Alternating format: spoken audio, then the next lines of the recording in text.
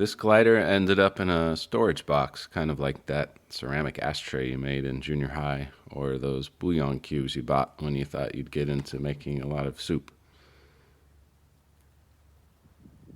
The nacelles look a little too small and the booms are a little too slender, but all in all, I think it's pretty cool. The glue had dried out a lot over time and wasn't really holding up, and there were some warped spots on the trailing edges of the wings, but those are pretty manageable issues.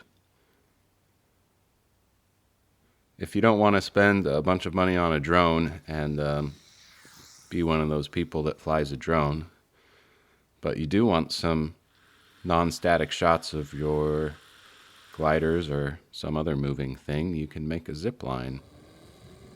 This old version, really my first versions of it, just had an iPad hanging from a sled, which you'll see in a minute.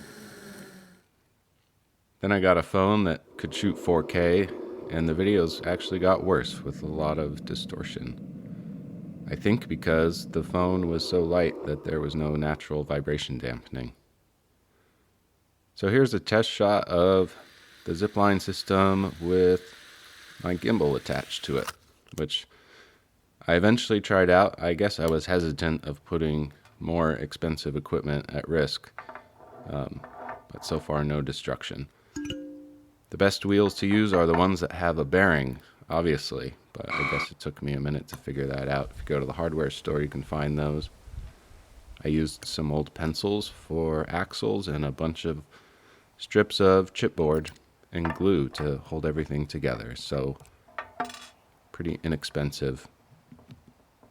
Then you just attach the sled to your gimbal if you have one, or to some sort of cage or box to hold your iPad or your phone or your camera. Voila.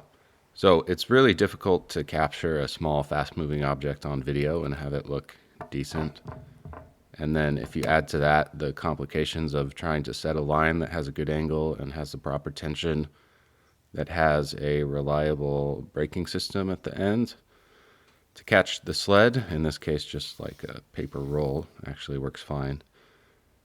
Plus the usual things like wind and bugs and sunburn and the just tedium of setting it up and breaking it down and walking back and forth a bunch, maybe not even getting a decent shot after an hour or two. These are all reasons why I don't use the zipline system more. But in this case, I hope it was worth it. Enjoy. Thanks for watching.